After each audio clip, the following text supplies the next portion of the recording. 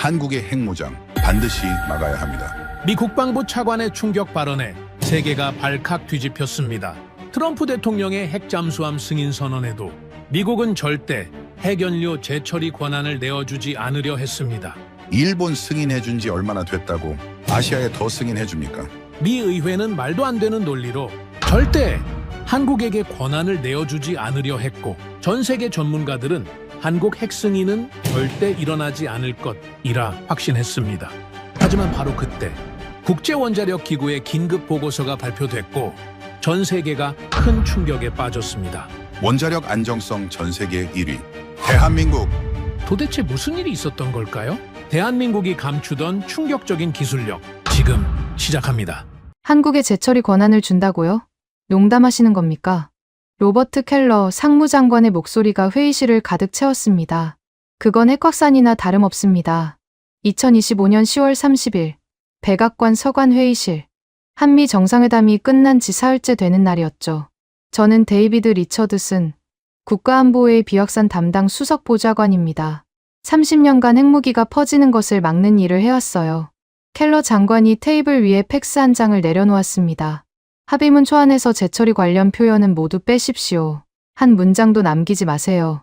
그런데 제 앞에 놓인 보고서가 말하는 숫자는 달랐습니다. 88%. 한국 동남부 원전 사용 해결료 저장시설의 현재 포화율이었죠. 그래프 아래쪽에 빨간색으로 표시된 날짜가 눈에 들어왔습니다. 2027년 초 포화 예상 시점이었어요. 장관님, 이 보고서는 보셨습니까? 제가 물었습니다. 그런 건 늘 있는 위협 아닙니까? 한국이 압박용으로 만든 숫자일 뿐이에요. 하지만 저는 알고 있었습니다. 이 보고서를 작성한 곳은 한국이 아니라 우리 에너지부였다는 것을요. 백악관 국가안보회의 내부 위험 평가 보고서 초안, 극비 도장이 찍힌 문서였습니다. 정상회담에서 두 정상은 원자력 협력을 논의했지만 구체적인 문구는 실무진에게 맡겼습니다. 그게 저희였죠. 켈러 장관의 지시는 명확했어요. 한국의 재처리나 농축 언급은 합의문에서 완전히 제거하라는 것이었습니다. 회의가 끝나자 저는 보고서를 다시 펼쳤습니다. 그래프를 확대해서 자세히 들여다봤어요. 매년 2.5%씩 증가하는 포화율. 이 속도라면 2027년 초는 낙관적인 예측이었습니다. 최악의 경우 2026년 말이 될 수도 있었죠. 핸드폰이 울렸습니다. 발신자는 국무부였어요. 한국 국가안보실에서 긴급 화상회의를 요청했습니다. 내일 오전 8시로 잡았는데 참석 가능하십니까? 저는 달력을 확인했습니다. 이미 한국 관련 회의가 5개나 잡혀 있었어요. 에너지부 브리핑, 국방부 협의, CIA 정보 분석, 의회 보고, 그리고 이제 한국과의 직접 협의까지. 한 나라의 원자력 문제로 이렇게 많은 회의가 동시에 열리는 건 처음이었습니다. 참석하겠습니다. 저는 대답했어요. 전화를 끊고 나서 노트북을 열었습니다. 한국 재처리 대응 방안이라는 제목으로 메모를 작성하기 시작했죠. 첫 문장을 썼습니다. 기존 비확산 원칙에 따라 일관되게 대응하면 해결 가능. 그런데 손가락이 멈췄습니다. 뭔가 이상했어요. 일관되게 대응한다는 게 무엇을 의미하는지 갑자기 확신이 서지 않았습니다. 저는 그 문장을 지웠어요. 다시 보고서로 눈을 돌렸습니다. 한국은 현재 24기의 원자로를 운영 중이었고 매년 750톤의 사용후의 연료가 나오고 있었습니다. 저장 공간은 한계에 다다랐고 신규 저장시설 건설은 주민 반대로 번번이 무산되고 있었죠. 물리적으로 더 이상 쌓아둘 곳이 없다는 뜻이었습니다. 이건 정치 게임이 아니야. 저는 생각했습니다. 진짜 시한폭탄이 돌아가고 있는 거야. 켈러 장관은 한국을 70년대의 박정희 정권 시절처럼 보고 있었습니다. 핵무기를 만들려다 미국에 저지당한 나라, 언제든 다시 시도할 수 있는 위험한 나라로 말이죠. 하지만 지금은 2025년이었습니다. 한국은 세계 6번째 원전 수출국이 되었고 국제원자력기구의 모든 사찰을 투명하게 받아들이고 있었어요. 노트북 화면에 새로운 이메일 알림이 떴습니다. 한국 국가안보실 비서관 한지민이라는 이름이었죠. 제목은 긴급협의 요청 관련 사전 자료였습니다. 첨부 파일을 열자 표와 그래프가 가득했습니다. 사용후 연료 누적량, 저장시설 포화 추세, 원전별 저장 현황, 그리고 마지막 페이지에는 이런 문장이 있었어요. 대한민국은 국제 규범을 준수하며 투명하게 관리할 준비가 되어 있습니다. 하지만 물리적 한계는 정치적 합의로 해결되지 않습니다. 저는 창밖을 바라봤습니다. 워싱턴의 가을 하늘 아래로 국무부 건물이 보였죠. 저곳에서도 지금 한국 문제를 놓고 머리를 싸매고 있을 겁니다. 사실 우리에게는 선례가 있었습니다. 일본이었죠. 일본은 재처리 시설을 운영하고 있었고 플루토늄도 보유하고 있었습니다. 45톤이라는 어마어마한 양이었어요. 그런데도 우리는 일본을 관리 가능한 파트너로 분류하고 있었습니다. 반면 한국은 재처리는커녕 연구조차 제대로 할 수 없게 묶어놨죠. 이 차이가 무엇을 의미하는지 저는 너무나 잘 알고 있었습니다. 그것은 신뢰의 차이였어요. 아니, 더 정확히 말하면 편견의 차이였습니다. 다음 날 아침, 화상회의 화면에 한지민 비서관의 얼굴이 나타났습니다. 40대 초반으로 보이는 그녀는 침착한 표정으로 인사를 했어요. 리처드슨 보좌관님, 시간 내주셔서 감사합니다. 자료 잘 받았습니다. 상황이 심각하다는 것은 이해합니다만. 그녀가 저를 끊었습니다. 보좌관님, 숫자는 거짓말을 하지 않습니다. 우리에게 남은 시간은 18개월입니다. 그 이후에는 원전 가동을 중단하거나 다른 대안을 찾아야 합니다. 다른 대안이라면? 재처리 또는 해외 위탁 처리입니다. 하지만 해외 위탁은 비용도 문제지만 미국의 동의 없이는 불가능하다는 걸 보좌관님도 아실 겁니다. 그녀의 목소리는 담담했지만 그 안에는 절박함이 묻어 있었습니다. 화면 뒤로 대한민국 국가안보실 상황실이 보였어요. 벽면 가득 각종 차트와 지도가 걸려 있었죠. 한국 정부의 공식 입장은 무엇입니까? 제가 물었습니다.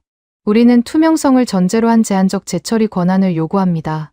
국제원자력기구의 전면 감시하에 미국과의 공동 관리하에 진행하겠다는 겁니다. 켈러 장관은 절대 동의하지 않을 겁니다. 그래서 보좌관님께 직접 설명드리고자 합니다. 다음 주에 워싱턴을 방문할 예정입니다. 그리고 그녀가 잠시 말을 멈췄습니다. 화면 속 그녀의 눈빛이 흔들렸어요. 우리는 보좌관님이 직접 한국 현장을 보시길 희망합니다. 동남부 원전을 직접 보신다면 이것이 단순한 정치적 요구가 아니라는 걸 아실 겁니다. 저는 즉답을 피했습니다. 검토해 보겠습니다. 화상 회의가 끝난 후 저는 켈러 장관에게 보고했습니다. 예상대로 그의 반응은 차가웠죠. 현장 방문. 그들의 쇼에 놀아날 필요 없습니다. 우리의 입장은 확고해요. 재처리 불가, 농축 불가. 이것이 한미 원자력 협정의 기본입니다. 하지만 장관님, 포화 문제는 그들이 알아서 해결할 문제입니다. 우리가 양보하는 순간 판도라의 상자가 열립니다. 한국이 재처리를 시작하면 대만도 사우디도 모두 같은 요구를 할 겁니다. 켈러 장관의 논리는 명확했습니다. 비확산 체제의 근간을 흔들 수 없다는 것이었죠. 하지만 제 머릿속에는 계속 그 숫자가 맴돌았습니다. 88%, 그리고 18개월. 그날 밤, 저는 오래된 파일을 뒤적였습니다. 2004년 한국의 미신고 우라늄 농축 실험이 발각됐을 때의 보고서였죠. 당시 저는 젊은 분석관이었고 한국을 강하게 비판하는 보고서를 작성했었습니다. 한국의 핵 야심, 숨겨진 의도, 이런 제목들이 보였어요. 20년이 지난 지금, 저는 그때와 같은 시각으로 한국을 보고 있는 걸까요? 아니면 켈러 장관처럼 과거에 갇혀 있는 걸까요? 핸드폰이 다시 울렸습니다. 이번엔 에너지부였어요. 보좌관님, 한국 원전 관련 기술 검증팀을 구성했습니다. 다음 주 브리핑을 준비하고 있는데 한 가지 미리 말씀드릴 게 있습니다. 뭡니까? 한국의 파이로 프로세싱 기술이 우리 예상보다 훨씬 진전되어 있습니다. 핵무기 전용이 거의 불가능한 수준까지 왔어요. 이건 게임 체인저가 될 수도 있습니다. 저는 침묵했습니다. 파이로 프로세싱은 사용 후의 연료를 재처리하는 기술이지만 순수한 플루토늄을 추출할 수 없어. 핵무기 제조가 어렵다는 특징이 있었죠. 만약 한국이 이 기술을 완성했다면 보고서 준비되는 대로 보내주십시오. 저는 말했습니다. 전화를 끊고 저는 다시 노트북을 열었습니다. 이번엔 메모가 아니라 일정표를 확인했어요. 다음 주는 한국 관련 일정으로 가득 차 있었습니다. 월요일, 한지민 비서관 면담. 화요일, 에너지부 기술 브리핑. 수요일, CIA 정보 분석. 목요일, 의회 보고. 금요일은 비어 있었지만 아마 그때쯤이면 켈러 장관이 다시 불러서 압박을 가할 겁니다. 저는 깊은 한숨을 쉬었습니다. 30년간 비확산 정책을 다뤄왔지만 이렇게 복잡한 상황은 처음이었어요. 한쪽에는 원칙과 전례가 있고 다른 쪽에는 현실과 시간이 있었습니다. 그리고 그 사이에 제가 서 있었죠. 창밖으로 워싱턴 기념탑이 보였습니다. 밤에도 환하게 빛나는 그 탑처럼 어떤 원칙들은 변하지 않아야 한다고 우리는 믿어왔어요. 하지만 원칙을 지키는 것과 현실을 외면하는 것은 다른 문제였습니다.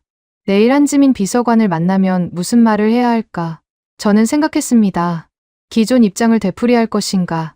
아니면 노트북 화면에는 여전히 그 보고서가 떠 있었습니다. 88%. 그 숫자가 제게 묻고 있는 것 같았어요. 당신은 정말로 비확산을 위해 일하는 사람입니까? 아니면 단지 오래된 규칙을 지키는 파수꾼입니까? 저는 보고서를 닫았습니다. 하지만 머릿속에서는 카운트다운이 시작되고 있었죠. 18개월, 540일, 12,960시간. 시계는 멈추지 않을 것이고 저장조의 사용 해결료는 계속 쌓일 겁니다. 그리고 언젠가는 아마도 생각보다 빨리 우리는 선택을 해야 할 겁니다. 한국을 계속 묶어둘 것인가? 아니면 새로운 길을 열 것인가? 그 선택의 무게가 제 어깨를 무겁게 눌렀습니다. 월요일 아침, 한지민 비서관이 백악관 서관 접견실로 들어왔습니다. 직접 만나니 화상으로 본 것보다 더 젊어 보였어요. 하지만 그녀가 들고 온 서류 가방의 무게가 말해주듯 그녀의 어깨에는 한국 2,500만 가구의 전력 문제가 달려 있었습니다. 커피 드시겠습니까? 제가 물었습니다. 감사합니다만 바로 본론으로 들어가도 될까요? 그녀가 테이블에 태블릿을 올려놓았습니다. 시간이 많지 않습니다. 화면에 표가 나타났습니다. 한국의 원전 24기가 생산하는 사용 해결료량, 저장 현황, 그리고 앞으로의 예측치였죠. 하지만 그녀가 다음으로 보여준 자료가 저를 멈추게 했습니다. 이건 핵추진 잠수함 프로그램의 연료 수요 예측입니다. 그녀가 설명했어요. 그리고 이건 소형 모듈 원자로 SMR의 연료 수요입니다. 보좌관님도 아시다시피 이 두 프로젝트는 미국이 적극 지원하고 있는 사업입니다. 저는 숫자를 다시 확인했습니다. 핵잠 한 척당 필요한 농축 우라늄, SMR 한 기당 연간 소비량. 이것들을 더하면 한국은 앞으로 더 많은 해결료를 필요로 하게 됩니다. 그런데 기존 연료도 처리할 수 없는 상황이었죠. 모순이라고 생각하지 않으십니까? 한지민이 물었습니다. 미국은 우리에게 더 많은 원자력 기술을 도입하라고 하면서 정작 연료 주기는 막고 있습니다. 그때 제 비서가 들어왔습니다. 보좌관님, 긴급 전달 문서입니다. 국제원자력기구 로고가 찍힌 봉투였어요. 저는 한지민에게 양해를 구하고 문서를 열었습니다. 첫 페이지에 이런 문장이 있었죠. 대한민국 원자력 시설 특별 사찰 결과 규범 위반 징후 없음. 투명성 및 협력 수준 최우수 등급. 저는 문서를 한지민에게 보여줬습니다. 그녀는 이미 알고 있다는 표정이었어요. 국제원자력기구는 우리를 신뢰합니다. 그녀가 말했습니다. 하지만 미국은 여전히 2004년의 시각에 갇혀 있죠. 그 사건은 20년 전 일입니다. 보좌관님. 그 이후 우리는 모든 사찰을 받아들였고 모든 데이터를 공개했습니다. 그런데도 일본은 45톤의 플루토늄을 보유할 수 있고 우리는 연구조차 제대로 할 수 없다는 게 공평합니까? 그녀의 목소리에는 감정이 실렸습니다. 분노라기보다는 답답함에 가까웠죠. 바로 그때 회의실 문이 열리며 켈러 장관이 들어왔습니다. 예정에 없던 방문이었어요. 한 비서관님이 오셨다고 들었습니다. 켈러가 말했습니다. 제 의견도 전달하고 싶어서요. 분위기가 급속히 차가워졌습니다. 켈러는 한지민 맞은편에 앉았어요. 비서관님, 솔직히 말씀드리죠. 켈러가 시작했습니다. 한국이 재처리를 시작하면 다음은 무엇입니까? 핵무기 개발 아닙니까? 장관님, 그건 70년대에도 그랬고 2004년에도 몰래 실험을 했죠. 역사는 반복됩니다. 한지민이 태블릿을 다시 켰습니다. 장관님, 이 데이터를 보십시오. 우리가 생산한 플루토늄은 0g입니다.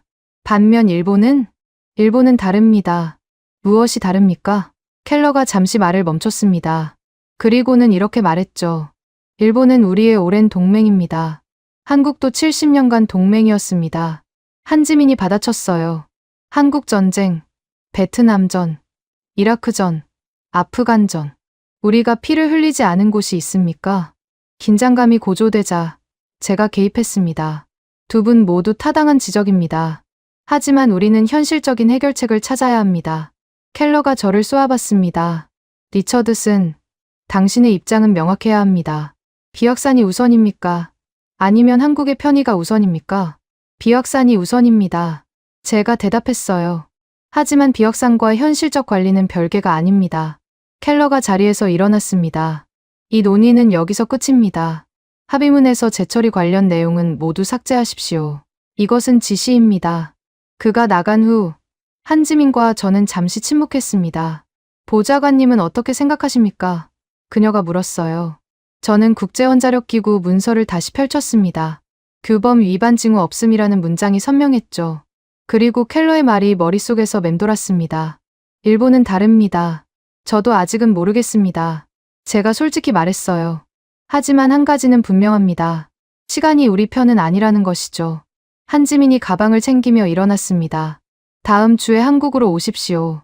직접 보시면 달라질 겁니다. 그녀가 나간 후 저는 홀로 회의실에 남았습니다. 테이블 위에는 3개의 문서가 놓여 있었어요. 한국이 가져온 데이터, 국제원자력기구의 평가서, 그리고 켈러가 남긴 메모. 재처리 절대 불가라고 적혀 있었죠. 오후에 에너지부 브리핑이 있었습니다. 젊은 분석관이 프레젠테이션을 시작했어요. 한국의 파이로프로세싱 기술을 분석한 결과입니다. 순수 플루토늄 추출이 사실상 불가능한 구조입니다. 핵무기 전용 가능성은 극히 낮습니다. 극히 낮다는 것과 불가능은 다릅니다. 제가 지적했습니다. 맞습니다. 하지만 현재 일본이 보유한 플루토늄으로 핵무기를 만들 가능성과 비교하면 그는 말을 멈췄습니다. 비교 자체가 금기시되는 주제였으니까요. 브리핑이 끝나고 저는 분석관을 따로 불렀습니다. 솔직한 의견을 듣고 싶습니다. 기술적으로만 봤을 때 그가 주위를 둘러본 후 조용히 말했어요. 한국의 접근 방식이 오히려 더 안전합니다. 완전히 투명하고 기술적으로도 핵무기 제조가 어렵습니다. 반면 일본의 플루토늄은 이미 무기급입니다. 단지 정치적으로 신뢰받고 있을 뿐이죠. 그날 저녁 저는 집에서 오래된 파일들을 뒤적였습니다. 일본 재처리를 허용할 때의 문서들이었죠. 당시 논리는 명확했습니다. 일본은 믿을 수 있다. 그게 전부였어요. 그런데 한국은 믿을 수 없다는 겁니까? 국제원자력기구는 최우수 등급을 줬는데도 다음 날 CIA 브리핑이 있었습니다. 정보 분석관이 보고했어요. 한국 내부에서 재처리 문제로 정치적 압력이 높아지고 있습니다. 만약 미국이 계속 거부하면 반미 정서가 확산될 가능성이 있습니다. 그게 우리가 양보해야 할 이유는 아닙니다. 참석한 국방부 관계자가 말했습니다.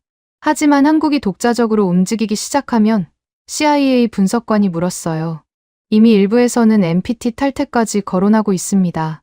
NPT, 핵확산금지 조약. 그것은 우리가 지켜온 국제 질서의 근간이었습니다. 한국이 정말로 탈퇴한다면 회의가 끝나고 저는 백악관 정원을 걸었습니다. 머릿속이 복잡했어요.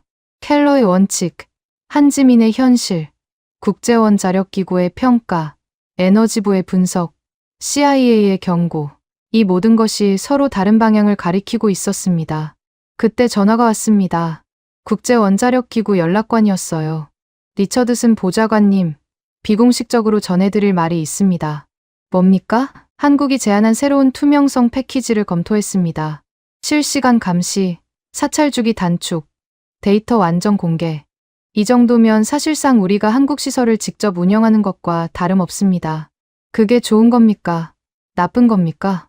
좋고 나쁨을 떠나서 이렇게까지 하겠다는 나라는 처음입니다. 그들은 정말로 투명하게 하려는 것 같습니다. 전화를 끊고 저는 다시 생각에 잠겼습니다. 한국은 스스로를 더 강하게 묶겠다고 제안하고 있었어요. 일반적으로 국가들은 자유를 원하지, 제약을 원하지 않습니다. 그런데 한국은 정반대였죠. 왜일까? 저는 자문했습니다. 정말로 절박하기 때문일까? 아니면 다른 의도가 있는 걸까? 수요일, 의회 보고를 위해 자료를 준비하면서 저는 깨달았습니다. 제가 작성하는 보고서에 모순이 가득하다는 것을요. 한국은 위험하다. 그런데 국제원자력기구는 최우수 등급을 부여했다. 재처리는 확산 위험이다. 그런데 일본은 이미 하고 있다. 기술 전용이 가능하다. 그런데 파이로 프로세싱은 전용이 극히 어렵다. 저는 펜을 내려놓았습니다. 30년간 써온 논리가 더 이상 맞지 않는다는 걸 인정하기는 어려웠어요. 목요일, 의회 청문회장, 상원 외교위원장이 물었습니다. 리처드슨 보좌관, 한국 재처리 문제에 대한 행정부의 입장은 무엇입니까? 현재 검토 중입니다. 위원장님, 검토가 아니라 입장을 묻고 있습니다. 저는 켈러 장관을 봤습니다. 그는 단호한 표정으로 고개를 저었죠. 비확산 원칙에 따라 신중하게 접근하고 있습니다. 제가 모호하게 답했어요. 그런데 일본은 이미 재처리를 하고 있지 않습니까? 다른 의원이 끼어들었습니다. 이중 기준 아닙니까? 켈러가 대답했습니다. 일본과 한국은 다른 경우입니다. 어떻게 다릅니까? 켈러가 잠시 말을 멈췄다가 답했어요. 역사적 맥락이 다릅니다. 청문회장의 웃음소리가 번졌습니다. 설득력 없는 답변이었죠. 청문회가 끝나고 켈러가 제게 다가왔습니다. 리처드슨, 당신이 흔들리고 있다는 걸 압니다. 하지만 기억하세요. 우리가 막지 않으면 핵무기는 계속 확산될 겁니다. 장관님, 하지만 데이터가 보여주는 것은 데이터? 켈러가 비웃었습니다. 데이터는 조작할 수 있습니다. 우리가 믿을 것은 원칙뿐입니다. 그날 밤, 저는 결정했습니다. 한국에 가기로요. 직접 보지 않고는 판단할 수 없다고 생각했습니다. 한지민에게 이메일을 보냈습니다. 다음 주 방문하겠습니다. 즉시 답장이 왔어요. 현명한 결정입니다. 진실은 현장에 있습니다. 저는 창밖을 바라봤습니다. 워싱턴의 밤은 고요했지만 제 머릿속은 소란스러웠어요. 정치의 말과 권위의 말, 원칙과 현실, 과거와 미래가 충돌하고 있었습니다. 그리고 그 중심에는 여전히 그 숫자가 있었죠. 88%, 18개월. 시계는 멈추지 않고 있었습니다. 11월 3일 새벽, 저는 인천공항에 도착했습니다. 한지민 비서관이 직접 마중을 나왔더군요. 긴 비행이셨을 텐데 바로 이동하셔도 괜찮으시겠습니까? 그녀가 물었습니다. 시간이 없다고 하지 않았습니까? 제가 대답했어요. 바로 가시죠. 차는 남쪽으로 향했습니다. 고속도로를 달리는 내내 창밖으로 원전 관련 시설들이 보였어요. 송전탑, 변전소, 그리고 멀리 보이는 원자로 돔. 한국의 전력 시스템이 얼마나 원자력에 의존하고 있는지 실감할 수 있었습니다. 보좌관님, 한 가지 미리 말씀드릴 게 있습니다. 한지민이 말했어요. 오늘 보실 것들은 연출이 아닙니다. 있는 그대로입니다. 3시간 후, 우리는 동남부 원전에 도착했습니다. 정문에서 보안 검색을 받고 방호복으로 갈아입었죠. 원전 소장이 우리를 맞았습니다. 50대 후반의 엔지니어였어요. 리처드슨 보좌관님, 먼 길 오셨습니다. 그가 악수를 청했습니다. 바로 저장소부터 보여드리겠습니다. 우리는 엘리베이터를 타고 지하로 내려갔습니다. 문이 열리자 거대한 수조가 나타났어요. 푸른 빛을 내는 물속에 사용후의 결료 다발이 빽빽하게 들어차 있었습니다. 이게 전부입니까? 제가 물었습니다. 아닙니다. 이건 4호기 저장소입니다. 1호기부터 6호기까지 모두 이런 상태입니다. 그가 태블릿을 꺼내 실시간 데이터를 보여줬습니다. 각 저장소의 포화율이 표시되어 있었죠.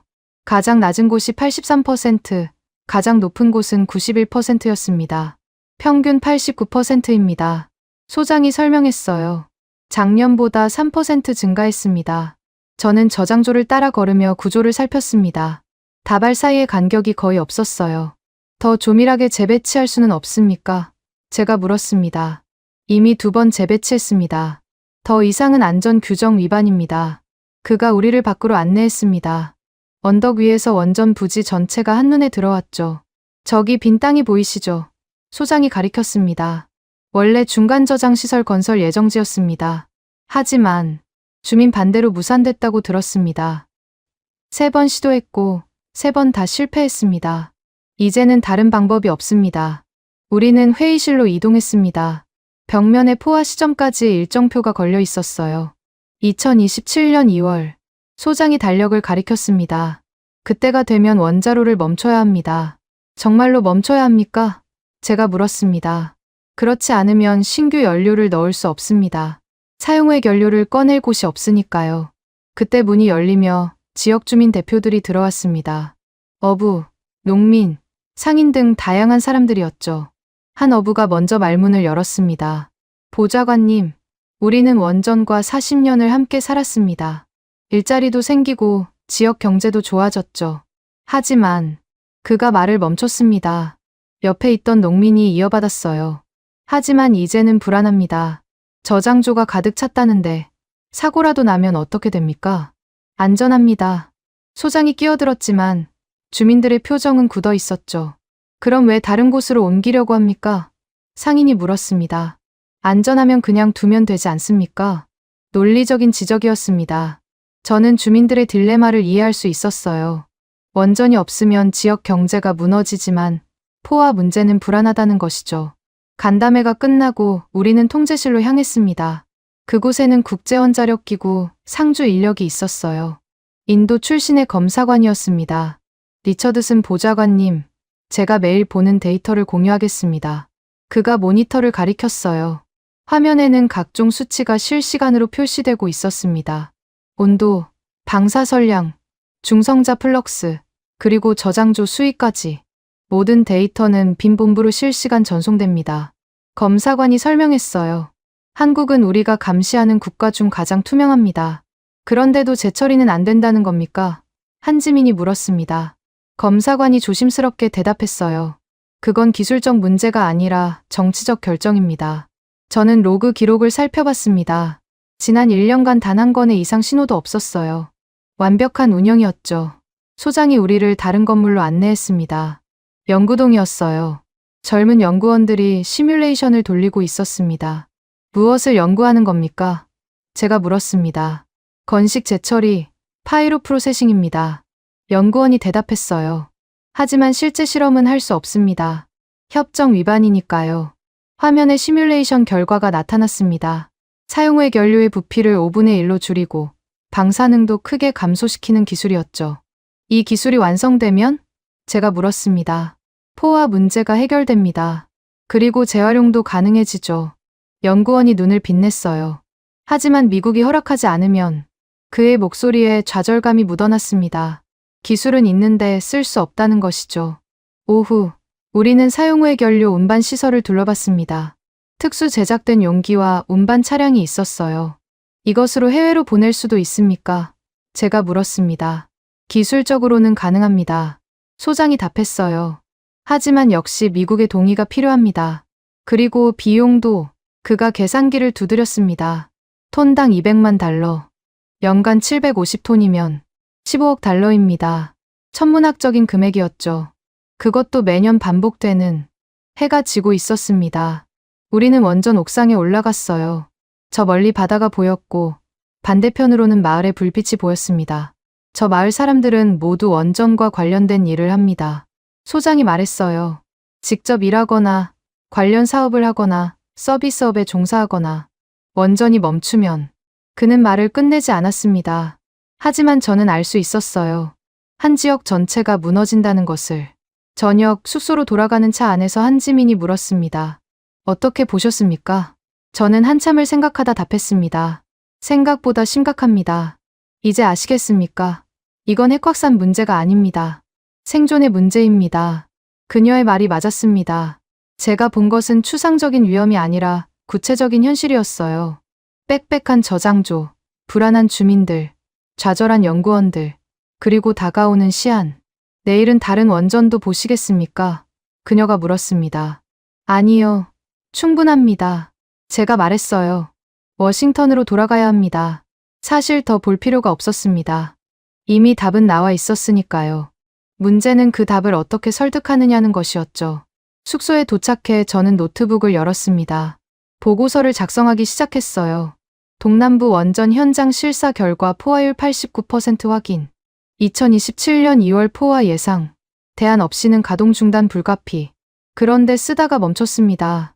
이런 건조한 보고서로는 오늘 본 것들을 전달할 수 없었어요. 저는 다시 썼습니다. 오늘 저는 시한폭탄을 봤습니다. 그것은 북한의 핵무기가 아니라 우리가 만든 모순이었습니다.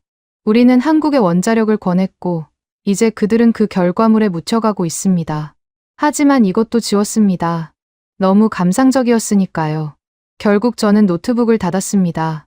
보고서는 내일 비행기 안에서 쓰기로 했죠. 창밖을 보니 원전의 불빛이 보였습니다. 밤에도 쉬지 않고 전기를 생산하고 있었어요. 그리고 쉬지 않고 사용 후의 연료를 만들어내고 있었죠. 15개월. 저는 중얼거렸습니다. 아니, 이제 14개월 반. 다음 날 아침, 공항으로 가는 길에 한지민이 봉투를 건넸습니다. 이게 뭡니까? 한국 정부의 공식 제안서입니다. 전면 투명성 패키지의 구체적 내용이 담겨 있습니다. 저는 봉투를 받았지만 열어보지는 않았습니다. 비행기 안에서 읽어보기로 했죠. 보좌관님, 한지민이 마지막으로 말했습니다. 우리는 숨기려는 게 아닙니다. 오히려 모든 것을 공개하려고 합니다. 단지 살아남기 위해서입니다. 공항에서 헤어지며 저는 생각했습니다. 살아남기. 그것이 핵심이었어요. 한국은 핵무기를 원하는 게 아니라 단지 불을 켜고 싶어 하는 것이었습니다. 비행기가 이륙하자 저는 봉투를 열었습니다. 첫 페이지에 이런 문장이 있었어요. 대한민국은 세계에서 가장 감시받는 원자력 프로그램을 자발적으로 선택합니다. 자발적으로. 그 단어가 눈에 들어왔습니다. 강요가 아닌 선택. 그것이 차이를 만들 수 있을까요? 비행 내내 저는 오늘 본 것들을 되새겼습니다. 89%의 저장조, 불안해하는 주민들, 그리고 시간표. 워싱턴에 도착했을 때 저는 확신했습니다.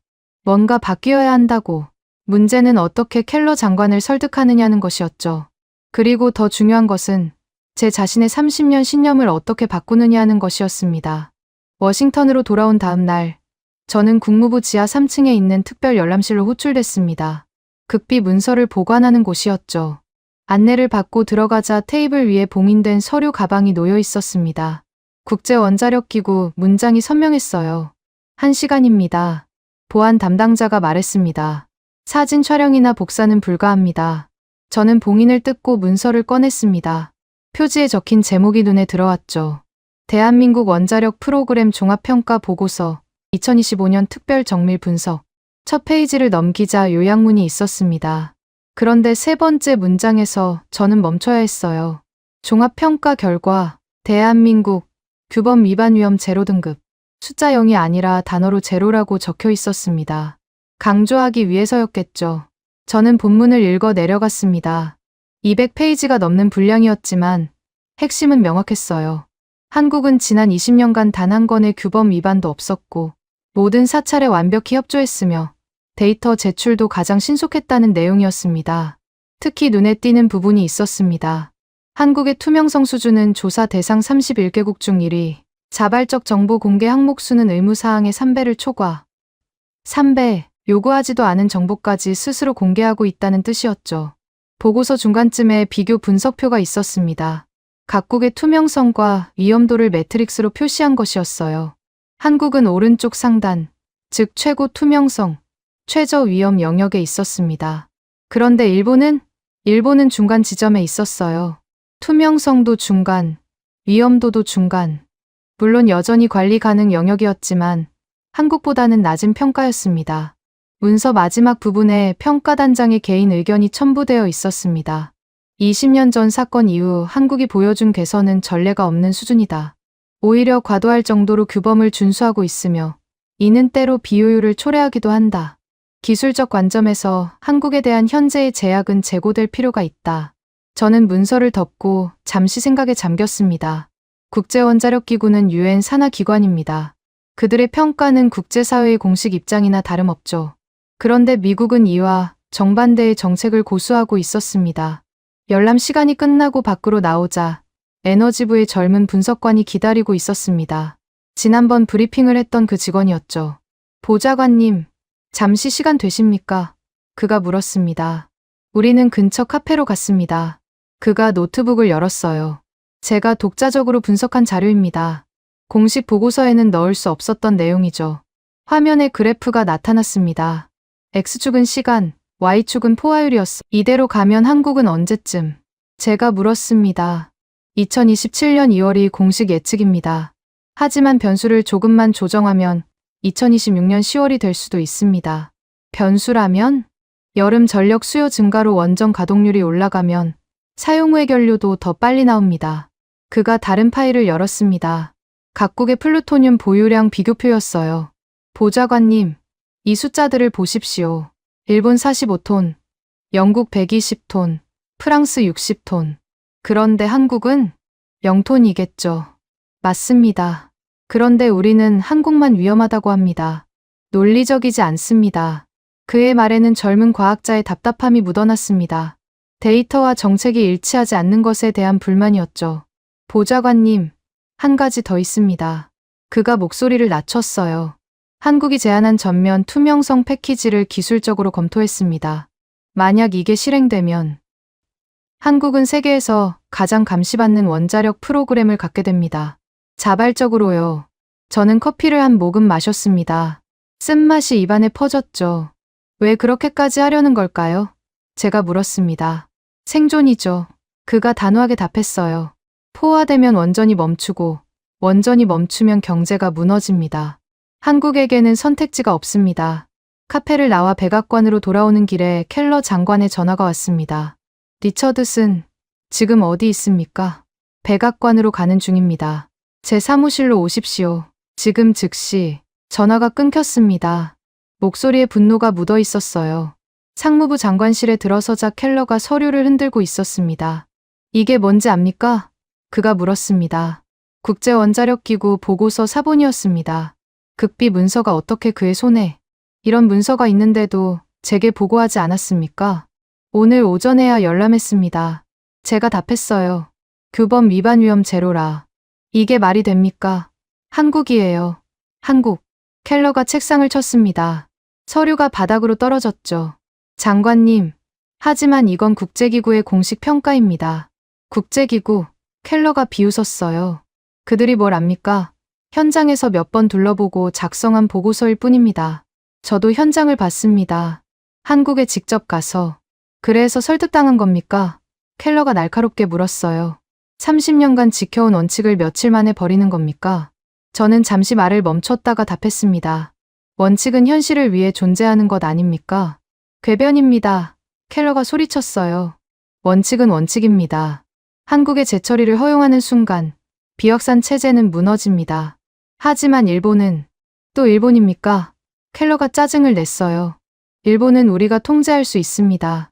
하지만 한국은 그들은 언제든 돌변할 수 있습니다.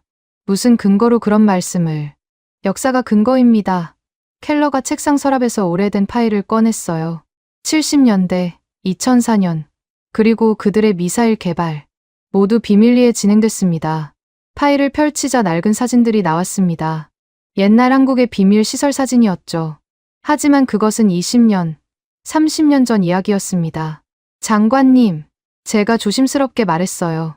지금은 2025년입니다. 한국은 변했습니다. 나라는 변하지 않습니다. 리처드슨. 켈러가 차갑게 말했어요. 본성은 그대로입니다. 그때 비서가 들어왔습니다. 장관님, 국가안보회의가 30분 후입니다. 켈러가 일어서며 말했습니다. 리처드슨, 오늘 회의에서 당신이 뭐라고 할지 압니다. 하지만 기억하세요. 제가 최종 결정권자입니다. 합의문에서 재처리 관련 내용은 모두 뺄 겁니다. 그가 나가고 저는 홀로 남았습니다. 바닥에 떨어진 서류들을 주우면서 생각했어요. 이게 정말 비확산을 위한 것일까? 아니면 오래된 편견을 위한 것일까? 국가안보회의실로 가면서 저는 결심했습니다. 오늘 제대로 말하지 않으면 영원히 기회가 없을 거라고. 회의가 시작되자 저는 발언권을 요청했습니다. 최근 한국을 방문하고 국제원자력기구 보고서를 검토한 결과를 공유하겠습니다. 저는 차분하게 말했습니다. 포화율 89%, 규범 위반 위험 제로 등급, 그리고 시간표. 14개월 후면 한국 원전이 멈춥니다. 제가 결론을 냈어요. 우리가 선택할 문제가 아닙니다. 시간이 결정할 문제입니다. 켈러가 즉시 반박했습니다. 그것은 한국의 문제입니다. 우리의 문제가 아닙니다. 정말 그렇습니까? 제가 물었어요. 동맹국의 에너지 위기가 우리와 무관합니까? 한국 경제가 무너지면 동북아 전체가 흔들립니다. 국방장관이 끼어들었습니다. 리처드슨 보좌관 말이 맞습니다. 한국이 흔들리면 우리의 아시아 전략도 흔들립니다. 논쟁이 뜨거워졌습니다. 그때 대통령 보좌관이 말했어요. 결론을 내리기 전에 한국이 제안한 투명성 패키지를 검토해보는 게 어떻습니까? 이미 검토했습니다. 켈러가 말했죠. 받아들일 수 없습니다. 왜죠? 제가 물었습니다. 켈러가 잠시 말을 멈췄다가 답했어요. 선례를 만들 수 없기 때문입니다. 선례, 그것이 핵심이었습니다. 한국을 허용하면 다른 나라들도 요구할 것이라는 두려움. 하지만 그것은 정말 타당한 두려움일까요? 회의가 끝나고 저는 사무실로 돌아왔습니다. 책상 위에는 한국에서 가져온 자료들이 쌓여 있었죠. 그리고 달력에는 빨간색으로 동그라미가 쳐져 있었습니다. 2027년 2월. 아니다. 저는 다시 계산했습니다. 최악의 경우 2026년 10월. 11개월. 시계는 멈추지 않고 있었습니다. 11월 9일 아침, 에너지부 본관 대강당이 가득 찼습니다. 한국 관련 기술 평가 보고서 발표가 있는 날이었죠. 정부 관계자들뿐 아니라 의회 스태프들도 왔고, 심지어 언론사 몇 곳도 있었습니다. 단상에 오른 에너지부 검증팀장은 40대 중반의 핵공학자였습니다. MIT 출신으로 파이로 프로세싱 분야의 권위자였죠. 오늘 발표할 내용은 한국의 사용후의 연료 처리 기술에 대한 종합평가입니다. 그가 시작했어요. 결론부터 말씀드리면 우리의 예상을 크게 뛰어넘는 수준입니다. 스크린의 첫 번째 슬라이드가 나타났습니다. 파이로 프로세싱 공정도였죠. 한국이 개발한 파이로 프로세싱 기술의 실험 성공률은 92%입니다. 그가 레이저 포인터로 가리켰어요. 이는 미국 아르곤 연구소의 87%보다 높은 수치입니다. 청중이 술렁거렸습니다. 미국보다 앞섰다는 건 충격적인 소식이었으니까요. 더 중요한 것은 안전성입니다. 팀장이 계속했어요. 이 기술로는 순수한 플루토늄을 추출할 수 없습니다. 항상 다른 악티나이드와 섞여 있어 핵무기 제조가 극도로 어렵습니다. 켈러 장관이 손을 들었습니다. 극도로 어렵다는 것과 불가능은 다릅니다. 맞습니다. 장관님. 팀장이 답했어요. 하지만 현재 일본이 보유한 순수 플루토늄과 비교하면 핵무기 전용 가능성은 100분의 1 수준입니다. 다음 슬라이드로 넘어갔습니다. 소형 모듈 원자로 SMR 관련 내용이었죠. 한국은 SMR 개발에서도 앞서 있습니다. 이미 설계 인증을 받았고 수출 협상도 진행 중입니다. 문제는 연료 공급입니다. 그래프가 나타났습니다. SMR 한 기당 연간 연료 수요량이었어요. 향후 20년간 한국이 국내외에 건설할 SMR은 약 40기로 예상됩니다. 이들의 연료 수요를 충족하려면 그가 계산 결과를 보여줬습니다. 막대한 양의 농축 우라늄이 필요했죠. 그런데 한국은 농축도 못하고 재처리도 못합니다. 팀장이 말했어요.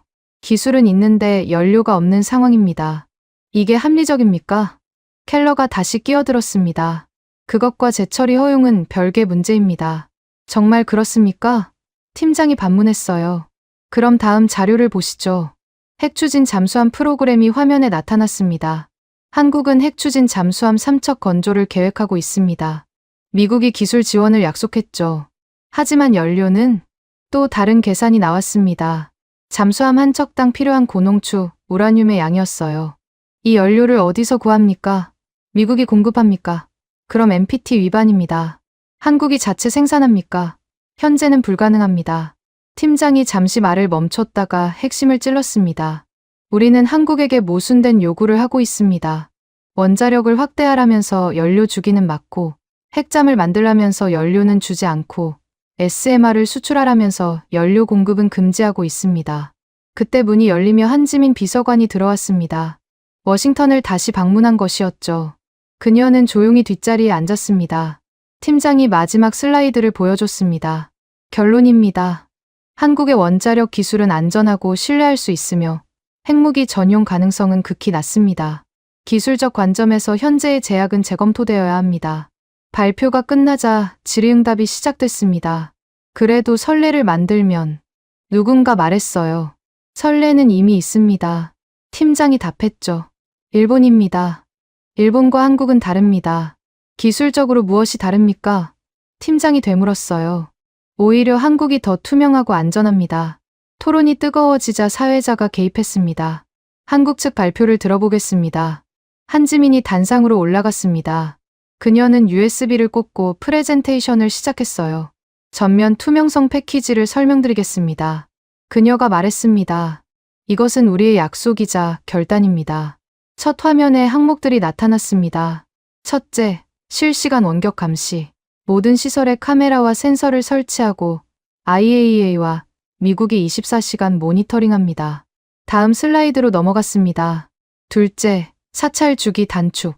현재 연사회에서 월 1회로 늘립니다. 비용은 한국이 부담합니다. 청중이 놀라는 표정이었습니다. 월 1회 사찰은 전례가 없었으니까요. 셋째, 데이터 완전 공개. 모든 운영 데이터를 실시간으로 공개합니다. 온도, 압력, 중성자 플럭스, 화학 조성까지. 켈러가 물었습니다. 그렇게까지 할 필요가 있습니까? 필요가 아니라 선택입니다. 한지민이 답했어요. 우리는 숨길 것이 없다는 걸 증명하려 합니다. 그녀가 다음 자료를 보여줬습니다. 한국 연구진의 명단이었죠.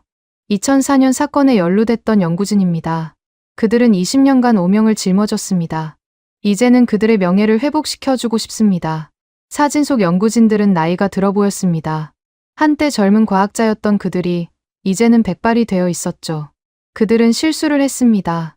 한지민이 인정했어요. 하지만 20년간 단 한 번도 규범을 어기지 않았습니다. 언제까지 과거에 묶어둘 겁니까? 저는 가슴이 뜨끔했습니다. 2004년, 제가 그들을 비판하는 보고서를 쓴 사람이었으니까요. 한지민이 마지막 슬라이드를 보여줬습니다. 포와 시계였죠. 실시간으로 시간이 줄어들고 있었습니다. 지금 이 순간에도 시계는 돌아갑니다. 그녀가 말했어요. 남은 시간은 13개월 20일입니다. 정확히는 410일과 8시간입니다. 발표가 끝나고 휴식 시간에 저는 한지민에게 다가갔습니다. 인상적인 발표였습니다. 제가 말했어요. 진심이었습니다. 그녀가 답했죠. 보좌관님, 질문이 있습니다. 뭡니까? 2004년에 한국을 비판한 보고서를 쓰신 분이 보좌관님이라고 들었습니다. 맞습니까? 저는 잠시 망설였다가 고개를 끄덕였습니다. 그때는 그게 옳다고 생각했습니다. 제가 말했어요. 지금은요? 지금은 모르겠습니다. 그녀가 서류 가방에서 낡은 보고서를 꺼냈습니다. 제가 20년 전에 쓴 것이었죠. 이 보고서 때문에 많은 과학자가 경력을 포기했습니다. 그녀가 말했어요. 해외 학회에도 못 가고 공동 연구도 거부당했습니다. 죄책감이 밀려왔습니다. 저는 그저 보고서를 썼을 뿐이지만 그것이 사람들의 인생을 바꿨다는 걸 이제야 실감했어요. 오후 회의에서 에너지부 팀장이 추가 브리핑을 했습니다. 오전에 미처 말씀드리지 못한 게 있습니다. 그가 새로운 자료를 보여줬어요. 한국의 기술이 실제로 적용되면 어떻게 될까요? 시뮬레이션 결과가 화면에 나타났습니다. 파이로 프로세싱으로 사용 후의 연료를 처리하면 부피가 5분의 1로 줍니다. 방사능 수준도 1000분의 1로 감소합니다. 그 말은 누군가 물었어요. 포화 문제가 해결된다는 뜻입니다. 그리고 최소 50년은 더 저장할 수 있습니다. 켈러가 일어섰습니다. 그래도 안 됩니다. 재처리는 재처리입니다. 장관님, 팀장이 말했어요. 기술적 사실을 정치적으로 왜곡하지 마십시오. 분위기가 얼어붙었습니다. 공무원이 장관에게 이렇게 말하는 건 이례적이었으니까요. 켈러가 붉어진 얼굴로 말했습니다. 당신은 기술만 봅니다. 하지만 저는 안보를 봅니다. 안보요? 팀장이 받아쳤어요. 동맹국이 에너지 위기로 무너지는 게 안보에 도움이 됩니까? 두 사람의 대립이 격해지자 저는 중재에 나섰습니다. 모두 옳은 말씀입니다. 제가 말했어요. 하지만 우리는 현실적 해법을 찾아야 합니다. 그때 제 휴대전화가 울렸습니다. 국제원자력기구였어요. 리처드슨 보좌관님, 긴급 소식입니다. 한국 정부가 공식적으로 전면 투명성 패키지를 IAEA에 제출했습니다. 그게 무슨, 스스로 더 강한 감시를 받겠다는 겁니다. 전례가 없는 일입니다. 전화를 끊고 저는 모두에게 이 소식을 전했습니다. 한지민이 말했습니다. 우리는 행동으로 보여드리고 있습니다. 말이 아니라 켈러조차 잠시 말문이 막혔습니다. 어떤 나라가 스스로 감시를 강화해달라고 요청하겠습니까? 회의가 끝난 후 저는 사무실에서 2개의 보고서를 펼쳐놓았습니다. 하나는 제가 20년 전에 쓴 한국 비판 보고서, 다른 하나는 오늘 발표된 기술 평가 보고서였죠. 20년 전 보고서의 한 문장이 눈에 들어왔습니다. 한국의 비밀 실험은 핵무장 의도를 명백히 보여준다. 이들은 영원히 감시받아야 할 대상이다. 저는 펜을 들어 그 문장 옆에 메모를 했습니다. 내가 틀렸다. 그들은 감시받기를 스스로 선택했다. 그때 또 다른 전화가 왔습니다. CIA였어요. 보좌관님, 일본 측 반응입니다. 한국이 재처리를 허용받으면 자신들의 플루토늄 프로그램도 확대하겠다고 합니다. 아이러니했습니다. 이미 45톤을 가진 나라가 더 원한다니. 저는 창밖을 봤습니다. 해가 지고 있었어요. 워싱턴의 하늘이 붉게 물들었죠. 무엇이 진짜 위험일까? 저는 자문했습니다. 기술일까? 의도일까? 아니면 우리의 편견일까? 책상 위에 달력을 봤습니다. 빨간 동그라미가 쳐진 날짜까지 13개월 20일. 아니, 이제 13개월 19일이었습니다. 그날 밤, 저는 집에서 오래된 일기를 꺼냈습니다. 2004년의 기록이었죠. 오늘 한국의 비밀 실험이 발각됐다. 배신감을 느낀다. 우리는 그들을 믿었는데 그 아래 오늘의 날짜로 새로 썼습니다. 오늘 한국이 스스로를 묶었다. 놀라움을 느낀다. 그들은 우리를 믿고 있다. 20년. 그 시간 동안 변한 건 한국일까? 아니면 나일까? 아마 둘 다일 겁니다. 11월 11일 새벽. 저는 국무부 기록보관소 지하 4층에 있었습니다. 30년간의 비확산 정책 문서를 뒤지고 있었죠. 특히 찾고 있던 건 1988년 미일 원자력 협정 개정 당시의 자료였습니다. 먼지 쌓인 파일을 10자 낡은 메모가 나왔습니다. 당시 국무부 관료의 손글씨였어요. 일본의 플루토늄 프로그램 승인, 동맹국으로서의 신뢰에 기반한 결정. 기술적 우려는 있으나 정치적 필요성이 우선. 정치적 필요성. 그 네 글자가 모든 걸 설명하고 있었습니다. 다음 문서를 펼쳤습니다. 2024년 기준 각국 플루토늄 보유량이었죠. 일본 45톤. 그 아래 작은 글씨로 메모가 있었어요. 무기 6,000개 제조 가능량. 그런데 한국은 0톤. 정확히 0.00톤이라고 적혀 있었습니다. 저는 두 문서를 나란히 놓고 한참을 바라봤습니다. 45대 0. 이것이 우리가 만든 균형이었죠. 아니, 불균형이었습니다. 사무실로 돌아오자 비서가 긴급 메시지를 전했습니다. 켈러 장관님이 찾으십니다. 즉시 오라고 하셨어요. 장관실에 들어가자 켈러가 창밖을 보고 서 있었습니다. 돌아보지도 않고 말했죠. 리처드슨, 당신이 무슨 생각을 하는지 압니다. 그래요? 일본과 한국을 비교하고 있겠죠. 이중 기준이라고 생각하고 있을 겁니다. 그가 돌아섰습니다. 표정이 굳어 있었어요. 맞습니다. 제가 솔직히 답했습니다. 켈러가 책상 서랍에서 서류를 꺼냈습니다. 제 인사 파일이었죠. 30년 경력의 수석 보좌관. 훌륭한 이력입니다. 은퇴까지 5년 남았죠? 위협이었습니다. 명백한 위협이었어요. 장관님, 이게 무슨 예산 삭감이 논의되고 있습니다. 켈러가 차갑게 말했어요. 국가안보의 비확산팀도 구조조정 대상입니다. 물론 성과가 좋으면 다르겠지만 저는 침묵했습니다. 그가 계속했죠. 한국 건을 조용히 처리하면 당신의 팀은 안전할 겁니다. 하지만 계속 고집을 부리면 그는 말을 끝내지 않았습니다. 끝낼 필요가 없었으니까요. 저는 켈러를 똑바로 봤습니다. 장관님, 한 가지 묻겠습니다. 비확산이 목적입니까? 아니면 한국을 묶어두는 게 목적입니까? 같은 겁니다. 아닙니다. 제가 반박했어요. 일본의 45톤이 한국의 0톤보다 위험합니다. 숫자가 증명합니다. 켈러가 주먹으로 책상을 쳤습니다. 일본은 우리 편입니다. 한국도 우리 편입니다. 다릅니다. 일본은 예측 가능하지만 한국은. 그가 말을 멈췄습니다. 스스로도 논리가 약하다는 걸 아는 듯했어요. 장관실을 나와 저는 곧장 국가안보회의 상황실로 갔습니다. 그곳에서 급히 자료를 요청했죠. 각국의 핵물질 전용 시나리오 분석이 필요합니다. 2시간 후 보고서가 왔습니다. 충격적인 내용이었어요. 일본이 보유한 플루토늄으로 핵무기를 제조할 경우 소요 시간 3개월. 한국이 파이로 프로세싱으로 추출한 물질로 제조할 경우 2년 이상 기술적으로 극히 어려움. 저는 이 자료를 들고 다시 계산을 시작했습니다. 진짜 위험은 무엇인가? 누가 더 빨리 핵무기를 만들 수 있는가? 답은 명백했습니다. 그런데 우리는 정반대의 정책을 펴고 있었죠. 그날 오후 비공식 모임이 있었습니다. 국방부, CIA, 에너지부의 실무자들이 모였어요. 모두 알고 계시죠? CIA 분석관이 말했습니다. 현재 정책의 모순을. 하지만 바꿀 수 없습니다. 국방부 대령이 답했어요. 정치적으로 불가능합니다. 왜죠? 에너지부 직원이 물었습니다.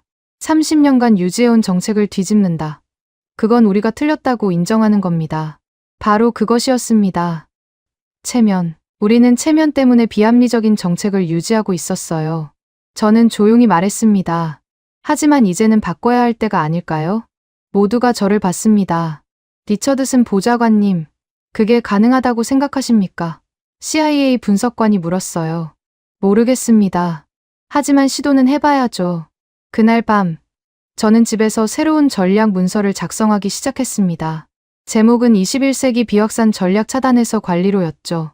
핵심 논지는 이랬습니다. 무조건 막는 것보다 투명하게 관리하는 것이 더 안전하다. 한국처럼 스스로 감시를 받겠다고 나서는 나라는 오히려 포용해야 한다. 쓰다가 멈췄습니다. 이것은 제 30년 신념을 뒤집는 일이었으니까요. 창밖을 보니 보름달이 떠 있었습니다. 밝은 달빛이 방 안을 비췄죠.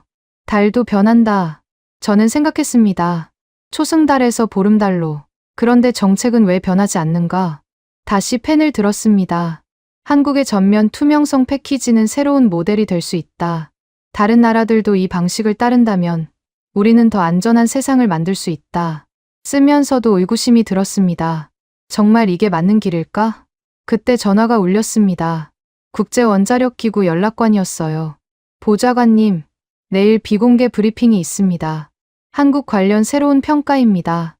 어떤 내용입니까? 한국 모델을 다른 나라에도 적용할 수 있는지 검토한 결과입니다. 참고로 매우 긍정적입니다. 전화를 끊고 저는 확신이 들었습니다. 제가 가는 길이 맞다고. 다음 날 국가안보회의 전체 회의가 열렸습니다. 대통령 안보보좌관이 주재했죠.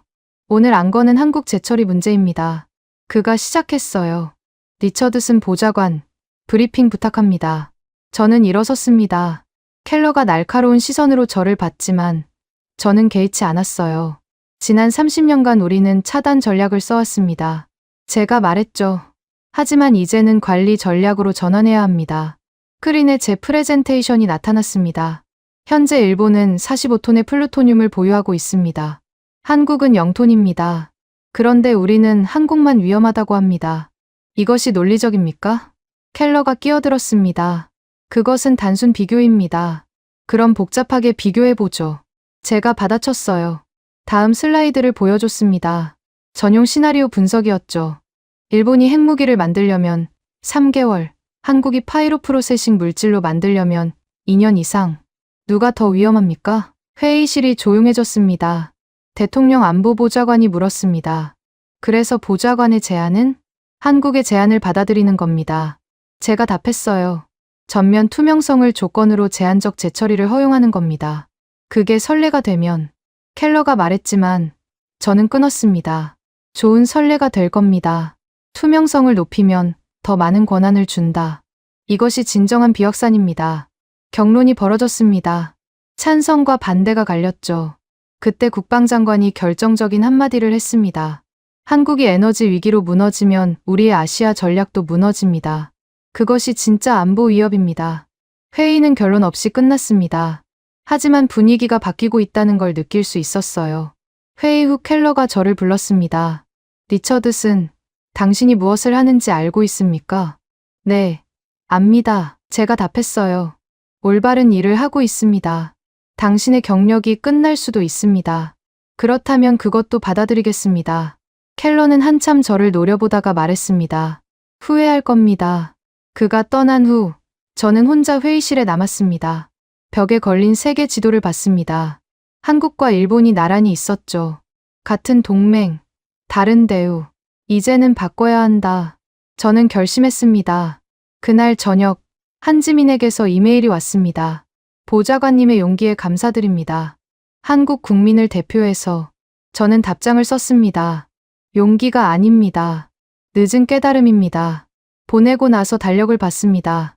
13개월 열흘 남았습니다. 시계는 여전히 돌고 있었고 저는 이제 다른 방향으로 걷기 시작했습니다.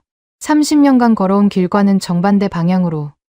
제 시도 11월 13일 오전 9시 빈 국제원자력기구 본부 대강당에는 150개국 대표단과 언론인들이 모여 있었습니다. 오늘은 특별 브리핑이 예정된 날이었죠. 저는 워싱턴에서 화상으로 참관하고 있었습니다. 백악관 상황실 대형 스크린에 현장이 생중계되고 있었어요. 옆에는 켈러 장관을 비롯한 정부 관계자들이 앉아 있었습니다. 단상에 오른 IAEA 대변인은 50대 후반의 오스트리아인이었습니다. 그가 마이크를 잡았어요. 오늘 우리는 핵 투명성의 새로운 기준을 소개하고자 합니다. 그가 시작했습니다. 대한민국이 제출한 전면 투명성 패키지는 전례 없는 수준입니다. 첫 번째 슬라이드가 나타났습니다. 한국의 원자력 시설 지도였죠. 각 지점에 감시 카메라 숫자가 표시되어 있었습니다. 한국은 자발적으로 감시 카메라를 300대에서 700대로 늘렸습니다. 대변인이 설명했어요. 이는 의무 수준의 2.3배입니다. 청중이 술렁거렸습니다. 자발적으로 감시를 강화한다는 건 이해하기 어려운 일이었으니까요. 다음 슬라이드로 넘어갔습니다. 사찰 일정표였어요. 더 놀라운 것은 사찰 주기입니다. 대변인이 레이저 포인터로 가리켰습니다. 기존 연 사회에서 월 1회로 단축했습니다. 이는 기존 대비 20% 수준입니다. 켈러가 옆에서 중얼거렸습니다. 쇼에 불과해. 하지만 화면 속 청중들의 반응은 달랐습니다. 많은 이들이 고개를 끄덕이고 있었어요. 그리고 데이터 공개 항목입니다. 대변인이 계속했죠. 온도, 압력, 중성자 플럭스는 기본이고 화학 조성, 동위원소 비율까지 실시간으로 공개합니다. 공개 항목 수가 기존 대비 2배로 늘었습니다. 그때 화면이 분할되었습니다. 한쪽에는 비내 브리핑장, 다른 한쪽에는 한국원자력연구원의 상황실이 나타났어요. 한국 상황실에는 연구원들이 모여 있었습니다. 백발의 노과학자들도 있었고 젊은 연구원들도 있었죠. 모두가 화면을 주시하고 있었습니다. 대변인이 결정적인 발표를 했습니다. IAEA는 한국의 전면 투명성 모델을 공식 모범 사례로 지정합니다. 이는 다른 국가들도 따를 수 있는 새로운 기준이 될 것입니다. 한국 상황실에서 박수가 터져 나왔습니다. 한 노과학자가 눈물을 닦는 게 보였어요. 아마도 2004년 사건 당시의 연구원이었을 겁니다. 그때 한 기자가 손을 들었습니다. 한국이 이렇게까지 하는 이유가 뭡니까? 대변인이 답했습니다. 신뢰 구축입니다. 그들은 숨길 것이 없다는 걸 행동으로 증명하고 있습니다.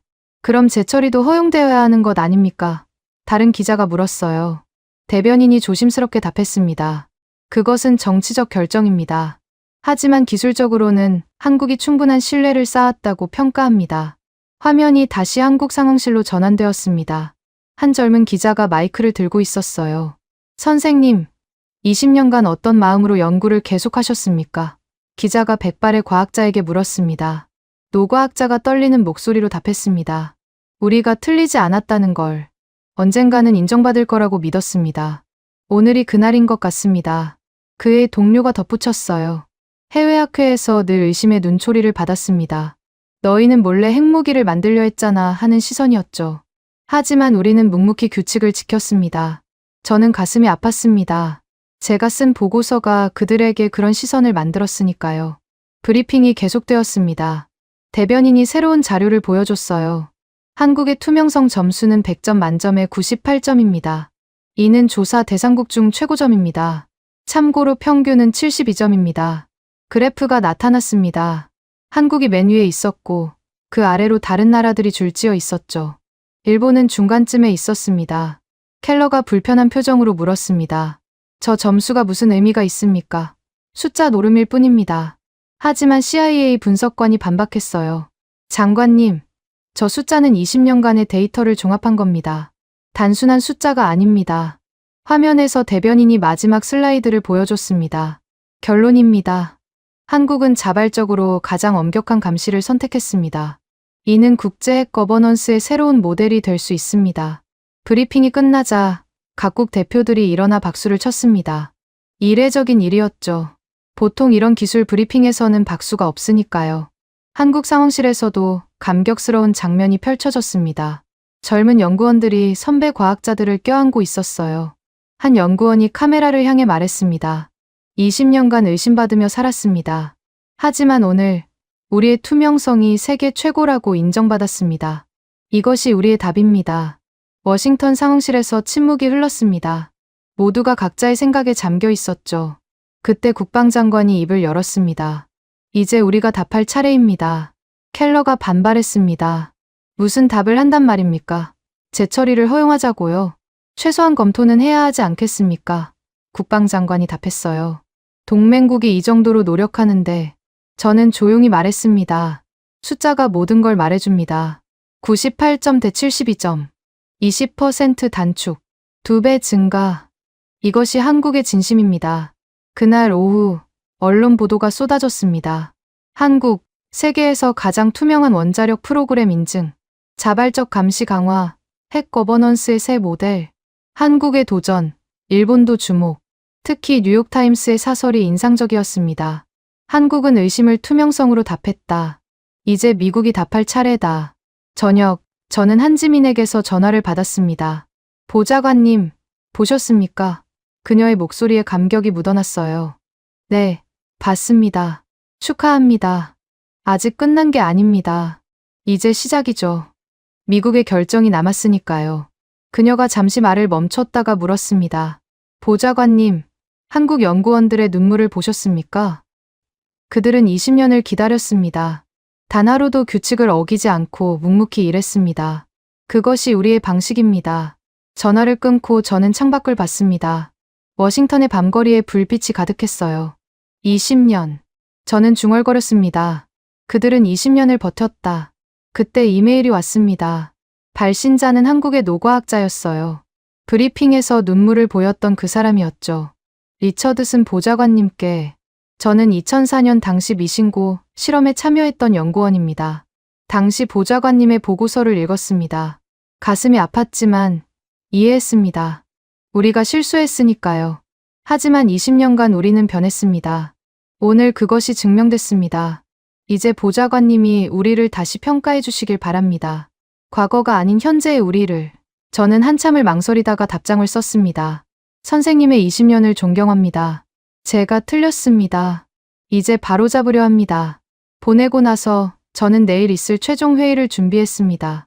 이제 결정을 내려야 할 때였어요. 책상 위에 자료를 정리하면서 생각했습니다.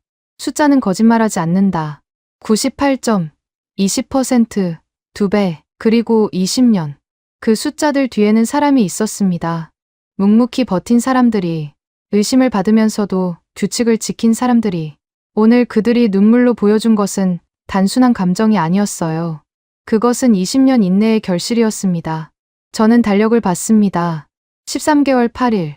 내일이면 한미공동 발표가 있을 예정이었습니다. 한국의 운명이, 그리고 어쩌면 제 운명도 결정될 날이었죠. 할 수 있는 건 다 했다. 저는 생각했습니다. 이제 결정만 남았다. 밤은 깊어가고 있었지만 저는 잠들 수 없었습니다. 내일의 무게가 너무 무거웠으니까요. 11월 14일 오전 6시, 저는 백악관 서관 회의실에 홀로 앉아 있었습니다. 2시간 후면 한미 공동 발표가 있을 예정이었죠. 제 앞에는 합의문 최종 초안이 놓여 있었습니다. 세 번째 단락, 두 번째 문장. 거기에 빈칸이 있었어요. 켈러 장관이 끝까지 삭제를 고집했던 그 부분이었습니다. 저는 펜을 들었습니다. 그리고 천천히 썼어요. 양국은 국제 규범과 IAEA의 전면 감시를 전제로 대한민국의 제한적 우라늄 농축 및 사용 후 결료 재처리 절차를 단계적으로 지지한다. 쓰고 나서 한참을 바라봤습니다. 단 한 문장. 하지만 그것은 50년 만에 바뀌는 정책이었죠. 문이 열리며 켈러가 들어왔습니다. 그의 표정은 굳어 있었어요. 그 문장을 넣었습니까? 그가 물었습니다. 켈러가 한숨을 쉬었습니다. 어젯밤 대통령실에서 전화가 왔습니다. 국방장관과 에너지 장관이 당신을 지지한다고 하더군요. 그래서요? 저도 더 이상 반대할 수 없습니다. 그가 의자에 앉았어요. 하지만 조건이 있습니다. 켈러가 문서를 꺼냈습니다. 추가 조건들이 적혀 있었죠. 매월 검증, 분기별 보고, 연간 재평가. 이 모든 조건을 한국이 받아들인다면 저도 서명하겠습니다. 한국은 이미 그 이상을 제안했습니다. 제가 답했어요. 켈러가 쓴웃음을 지었습니다. 알고 있습니다. 그들이 우리보다 한 수 위였어요. 그가 펜을 들어 서명했습니다. 로버트 켈러, 상무장관, 리처드슨. 그가 일어서며 말했어요. 당신이 옳기를 바랍니다. 저도 그렇게 바랍니다. 켈러가 나간 후 한지민이 들어왔습니다. 발표 1시간 전이었죠. 보좌관님. 그녀가 인사했어요. 저는 합의문을 보여줬습니다. 그 문장을 가리키며 한지민의 눈이 커졌습니다. 잠시 말을 잇지 못하다가 겨우 말했어요. 반세기, 50년 만입니다. 이제 시작입니다. 제가 말했죠. 조건이 까다롭습니다. 알고 있습니다. 하지만 우리는 준비되어 있습니다. 그녀가 전화를 꺼내 한국에 연락했습니다. 받는 사람은 원자력 연구원 소장이었어요. 소장님, 됐습니다. 문장이 들어갔습니다. 전화기 너머로 환호성이 들렸습니다. 그리고 누군가 울먹이는 소리도. 오전 8시, 백악관 브리핑룸. 양국 대변인이 나란히 섰습니다. 한미 양국은 다음과 같이 합의했습니다. 미국 대변인이 읽기 시작했어요. 그 문장이 나오자 기자들이 술렁거렸습니다. 카메라 플래시가 터졌죠. 한국 대변인이 이어받았습니다. 대한민국은 전면 투명성 패키지를 성실히 이행하며 국제사회의 모범이 되겠습니다. 질의응답이 시작됐습니다. 이것이 핵 확산 위험은 없습니까? 한 기자가 물었어요. 제가 답했습니다. 오히려 더 안전해집니다. 숨기는 것보다 공개하는 것이, 막는 것보다 관리하는 것이 안전합니다. 발표가 끝난 후 저는 한국 원전과 화상 연결을 했습니다. 현장의 연구원들이 화면에 나타났어요. 원전 소장이 말했습니다. 새로운 기준으로 계산하면 포화 문제 해결까지 약 3년이 걸릴 것 같습니다. 3년이면 충분합니까? 제가 물었어요. 충분하고도 남습니다. 드디어 숨통이 트입니다. 화면 속 연구원들의 표정이 밝았습니다. 20년의 어둠이 걷히는 순간이었죠. 그날 오후 저는 개인 노트에 이렇게 적었습니다. 2025년 11월 14일. 오늘 우리는 반세기 만에 정책을 바꿨다. 한국을 의심하던 정책에서 신뢰하는 정책으로. 이것은 단순한 문장의 변화가 아니다. 인식의 변화다. 그리고 그 아래 덧붙였습니다. 20년 전 나는 한국을 영원히 감시받아야 할 대상이라고 썼다. 오늘 한국은 스스로 감시받기를 선택했다. 그들의 선택이 우리의 편견을 부끄럽게 만들었다. 저녁 집으로 돌아오는 길에 한지민에게서 메시지가 왔습니다. 보좌관님, 한국 연구원들이 전하는 말입니다. 이제야 가슴에 묶인 돌이 내려갔다고요. 저는 답장을 보냈습니다. 제 가슴에 돌도 내려갔습니다. 20년 묵은 돌이. 창밖을 보니 석양이 지고 있었습니다. 워싱턴의 하늘이 붉게 물들었죠. 처음 이 사안을 맡았을 때가 떠올랐습니다. 켈러 장관의 호통, 88%라는 숫자, 그리고 18개월이라는 시한. 그때는 막막하기만 했죠. 하지만 현장을 보고, 사람을 만나고, 숫자를 확인하면서 깨달았습니다. 진실은 편견보다 강하다는 것을, 투명성은 의심을 이긴다는 것을. 전화가 울렸습니다. 에너지부 팀장이었어요. 보좌관님, 축하합니다. 옳은 결정이었습니다. 팀장님이 도와주셨기에 가능했습니다. 아닙니다. 보좌관님의 용기가 있었기에 가능했죠. 30년 신념을 바꾸는 건 쉽지 않았을 텐데. 그의 말이 맞았습니다. 쉽지 않았어요. 하지만 필요한 일이었죠. 밤이 되자 각국에서 반응이 왔습니다. 일본은 우려를 표명했지만 동시에 한국의 투명성을 인정했습니다. 중국은 신중한 환영의 뜻을 밝혔습니다. EU는 새로운 비확산 모델로 평가했습니다. 그리고 국제원자력기구는 즉각 환영 성명을 냈죠. 한국의 전면 투명성 모델과 미국의 전향적 결정은 21세기 핵 거버넌스의 새로운 장을 열었다. 저는 마지막으로 달력을 봤습니다. 빨간 동그라미가 쳐진 2027년 2월. 이제 그 날짜는 위기의 시점이 아니라 희망의 시점이 되었습니다. 시작은 숫자였다. 저는 생각했습니다. 88%. 그 숫자가 모든 걸 바꿨다. 하지만 진짜 변화를 만든 건 숫자가 아니었습니다. 숫자 뒤에서 묵묵히 버틴 사람들이었죠. 20년을 기다린 과학자들, 투명성을 선택한 정부, 그리고 편견을 버린 우리들. 창밖에 별들이 빛나고 있었습니다. 각자의 자리에서 묵묵히 빛나는 별들처럼 한국의 원자력도 이제 정당한 빛을 낼 수 있게 되었습니다. 반세기 만에 바뀐 한 문장. 그것이 만들 변화를 생각하며 저는 조용히 미소 지었습니다. 대한민국이 잘하고 있다고 생각하신다면, 한국 최고, 대한민국이 아직 멀었다고 생각하신다면, 한국 힘내라. 여러분의 생각을 댓글로 남겨주세요. 지금까지 감동을 더하다였습니다.